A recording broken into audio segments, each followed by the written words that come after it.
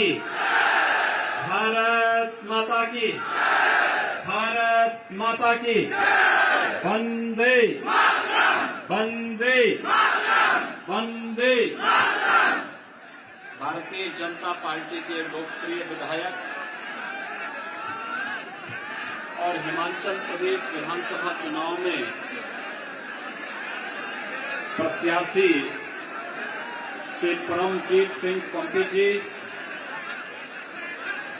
जिला के अध्यक्ष श्री आशुतोष मैत्र जी, पूर्व विधायक श्रीमती विनोद चंदेल जी, जल प्रबंधन बोर्ड के उपाध्यक्ष श्री दर्शन सिंह सैनी जी, गोरक्षा बोर्ड के उपाध्यक्ष श्री अशोक शर्मा जी, मंडल अध्यक्ष श्री बलबीर ठाकुर जी, महामंत्री श्री कश्मीरी लाल धीमान जी, जिला परिषद चेयरमैन श्री रमेश ठाकुर जी, प्रदेश कार्यकारिणी के सदस्य श्रीकांत शर्मा जी, बलबीर ठाकुर जी, बीआर चंदेल जी, बीडीसी के चेयरमैन श्रीमती जमुना ठाकुर जी, प्रेमचंद ठाकुर जी, जस्सी चौधरी जी, मानसिंह मेहता जी, गुरमेल चौधरी जी, रणविजय ठाकुर जी और भारी संख्या में दोन विधानसभा क्षेत्र से जुड़े हुए मेरे उपस्थित भाइयों बहनों, देवभूमि हिमाचल को नमन करते हुए मैं मर्यादा पुरुषोत्तम भगवान श्री राम की पावन धरा से आप सबका राम राम का अभिवादन करने के लिए आपके पास फिर से 5 वर्ष के बाद मैं आया हूं। फिर से भाइयों बहनों, मैं आपको धन्यवाद दूंगा कि आज से ठीक 5 साल पहले मैं यही इसी स्थल पर आया था और तब मैंने कहा था कि सरदार परमजीत सिंह पंपी को जिता करके भेजिए, वह विकास के हर कार्य को आपके इस दोन विधानसभा क्षेत्र में लेकर के आएंगे। और मैं आप सबका हृदय से अभिनंदन करता हूं कि आपने सरदार परमजीत सिंह को भारी बहुमत से विजयी बनाकर के भेजा और उन्होंने पूरी तन्मयता के साथ, पूरी प्रतिबद्धता के साथ विकास की हर योजना को दून विधानसभा क्षेत्र तक पहुंचाने में अपना योगदान दिया। और यही कारण है कि उनके कार्यों को देखते हुए भारतीय जनता पार्टी के नेतृत्व ने उन्हें फिर से मौका दिया है और आज फिर से आपके लोकप्रिय प्रत्याशी के रूप में आपके विधायक आपके बीच में हैं। भाइयों बहनों, आज देश बदल रहा है। वैश्विक मंच पर भारत को एक नई प्रतिष्ठा प्राप्त हुई है। आज दुनिया के अंदर किसी भी चुनौती का सामना अगर करना हो तो दुनिया आशा भरी निगाहों से भारत की ओर देखता है, प्रधानमंत्री मोदी जी की ओर देखता है और मोदी जी के नेतृत्व में भारत की प्रतिष्ठा वैश्विक मंच पर बढ़ी है। भारत की प्रतिष्ठा बढ़ने का मतलब, भाइयों बहनों, भारत की प्रतिष्ठा बढ़ने का मतलब भारत की 135 करोड़ जनता का सम्मान बढ़ा है दुनिया के अंदर। अब भारत दुनिया के अंदर पिछलग्गू राष्ट्र नहीं है, नेतृत्वकर्ता के रूप में है। भारत नेतृत्वकर्ता के रूप में, और इसीलिए मैं आप सबका आह्वान करने के लिए आया हूं। एक तरफ वैश्विक मंच पर सम्मान, तो दूसरी तरफ हिमाचल के वीर योद्धाओं के द्वारा सीमा की सुदृढ़ सुरक्षा की व्यवस्था में अपने आप को लगाना। और हम सब के लिए क्या सौभाग्य की बात है कि भाइयों बहनों, 1947 में जब ये देश 15 अगस्त के दिन आजाद हुआ था, तब कांग्रेस के स्वार्थी नेतृत्व के द्वारा भले ही हर घर में तिरंगा न पहनाया गया हो, लेकिन आजादी के 75 वर्ष पूरे होने पर प्रधानमंत्री जी ने हर घर में भारत के आन मान शान के प्रतीक तिरंगा को फहराने का कार्य किया है। भारत के उन अमर योद्धाओं के प्रति, राष्ट्र नायकों के प्रति जिन्होंने अपने आप को देश की स्वाधीनता के लिए समर्पित किया था, उनके लिए यह हमारी सबसे बड़ी श्रद्धांजलि है और उनके लिए हमारे सबसे बड़ा नमन है कि हम उनके प्रति तिरंगा लगा करके उनके सम्मान की और उनके गौरव की रक्षा करें। और भाइयों बहनों, यह भी सौभाग्य हमने देखा है, हमने ये भी देखा है, अब दुश्मन भारत की तरफ टेढ़ी निगाहों से नहीं देख सकता। आज भारत का दुश्मन टेढ़ी निगाहों से नहीं देख सकता। पहले कोई आतंकवाद थोपता था, कोई अलगाववादियों को प्रश्रय देता था, कोई नक्सलवाद को प्रेरित करता था।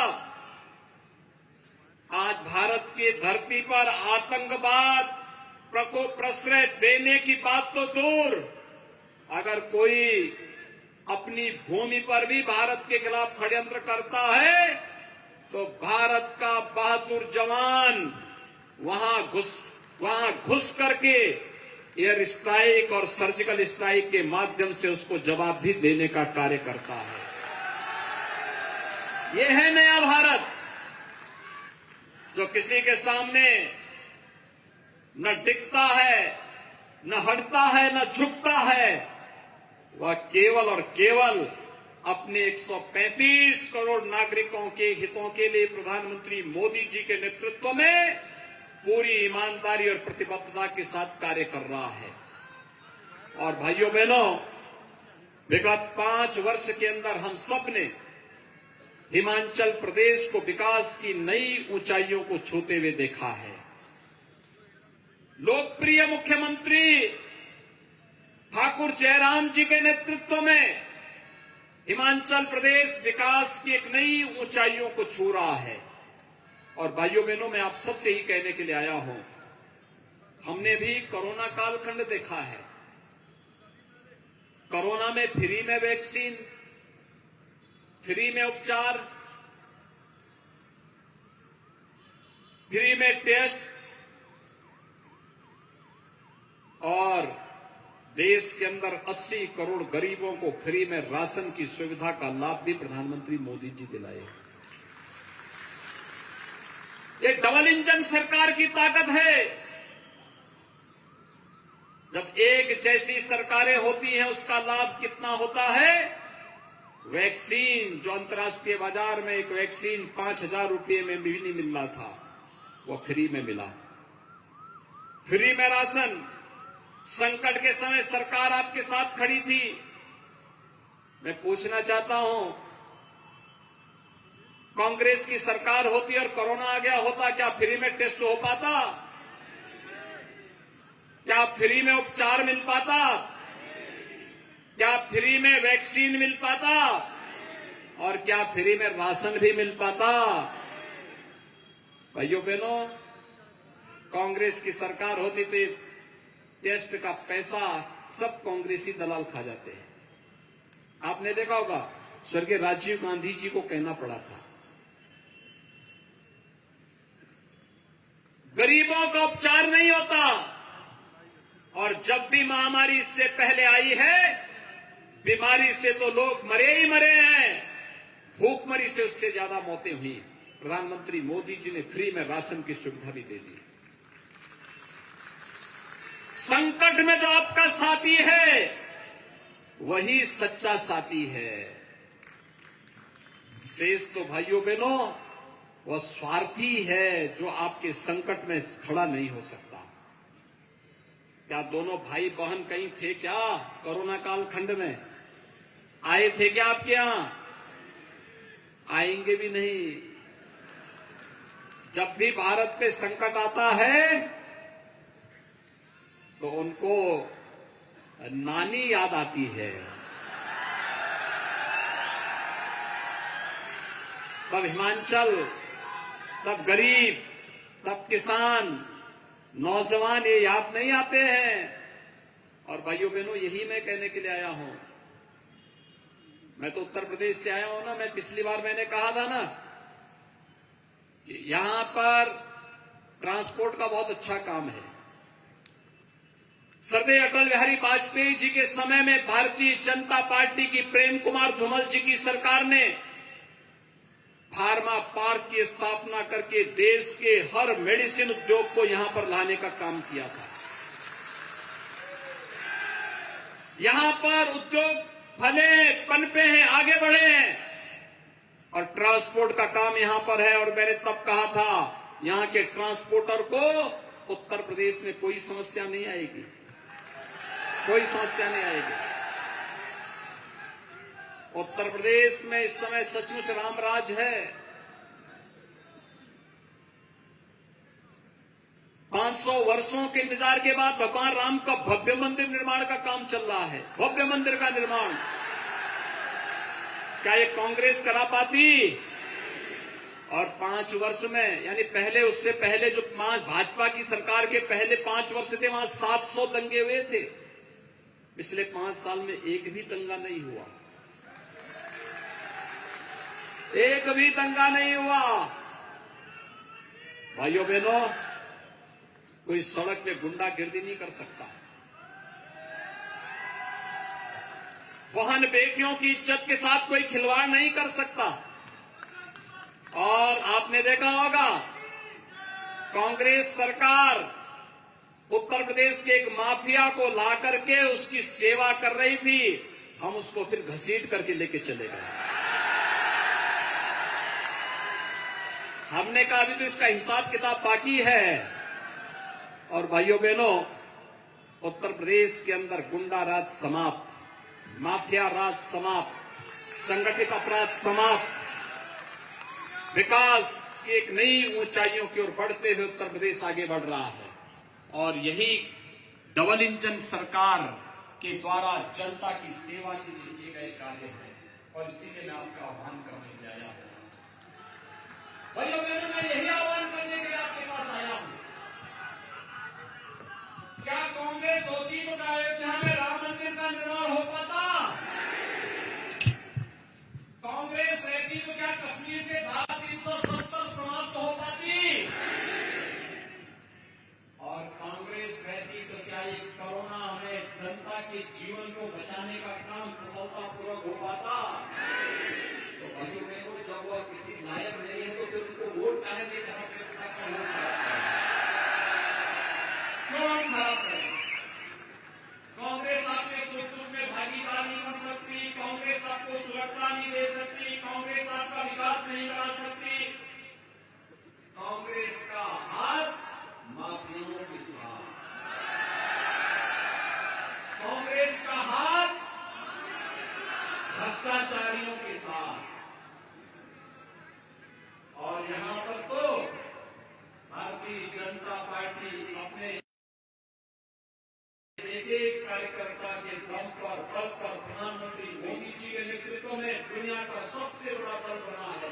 इसलिए बना है क्योंकि एक कार्यकर्ता मिलकर के भारतीय जनता पार्टी को उन मूल्यों और आदर्शों के लिए, उनके लिए, भारतीय जनता पार्टी के कार्यकर्ता के लिए देश पहले है, पार्टी नंबर 2 पर है और स्वयं अपना हित नंबर 3 पर है। कांग्रेस के लिए ठीक उल्टा है। कांग्रेस के लिए स्वयं का हित महत्वपूर्ण है। देश, उसके बाद कहीं उनके एजेंडे का हिस्सा नहीं आता है, कभी नहीं। और इसीलिए तो मैं कह रहा हूं, कांग्रेस के नेता एक परिवार के बारे में सोचते हैं और मोदी जी के नेतृत्व में भारतीय जनता पार्टी 135 करोड़ लोगों के बारे में सोचती है। 135 करोड़ लोगों के जीवन में कैसे परिवर्तन लाया जाए। और फिर से इसलिए विकास की प्रक्रिया को आगे बढ़ाने के लिए आवश्यक है डबल इंजन सरकार फिर से हिमाचल प्रदेश में आए। देखो उत्तर प्रदेश की जनता ने तो बहुत जवाब दे दिया है। 25 करोड़ की आबादी है, 403 विधानसभा उत्तर प्रदेश में है और कांग्रेस के पास है मात्र 2 सीट है। और भाइयों बहनों, ये 2 सीट भी कांग्रेस के पास है। आप देखते होंगे राम नाम सत्य है के लिए 4 आदमी चाहिए होते हैं और उसको जनता ने इस लायक नहीं सोचा कि वहां तक पहुंचा सके। इसलिए आप सबसे मैं अपील करूंगा श्री परमजीत सिंह पम्पी को कमल चुनाव जितना इतना भारी बहुमत से जिताइए कि विकास के लिए आपको बोलना नहीं पड़ेगा, बल्कि स्वयं आपका विधायक विकास करा करके आप सबको संतुष्ट कर दे। और जिस प्रकार की सामर्थ्य की परमजीत सिंह रखते हैं और भाइयों बहनों, उन जैसा व्यवहारिक व्यक्ति, सबको साथ लेकर के चलने वाला व्यक्ति, सबके विकास के बारे में सोचने वाला व्यक्ति, सबके विश्वास पर खड़ा उतरने वाला व्यक्ति और सबके प्रयास से चुनाव जीतने वाला परमजीत सिंह पम्पी आज आपके बीच में भारतीय जनता पार्टी के प्रत्याशी के रूप में। भाइयों बहनों, उन्होंने 5 वर्ष तक आपकी सेवा की है। चुनाव के दौरान प्रत्याशी के लिए कठिन होता है कि वो हर घर जाए और इसलिए मैं आप सबसे कहूंगा कमल चुनाव चिन्ह को लेकर के परमजीत सिंह पम्पी के प्रतिनिधि के रूप में घर घर आप जाकर के 12 नवंबर को वोट पोल कराने के लिए सबको आमंत्रण दीजिए। देंगे? सहमत हैं? सभी लोग सहमत हैं? भारतीय जनता पार्टी और कमल चुनाव चिन्ह को भारी बहुमत से विजयी बनाएंगे। 12 नवंबर को 2 विधानसभा सीट में और 16 जनपद में केवल कमल कमल नजर आना चाहिए।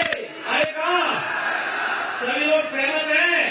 तो मेरे साथ बोलेंगे भारत माता की, भारत माता की, भारत माता की जय श्री राम, जय जय श्री राम, जय श्री राम। धन्यवाद, बहुत बहुत धन्यवाद।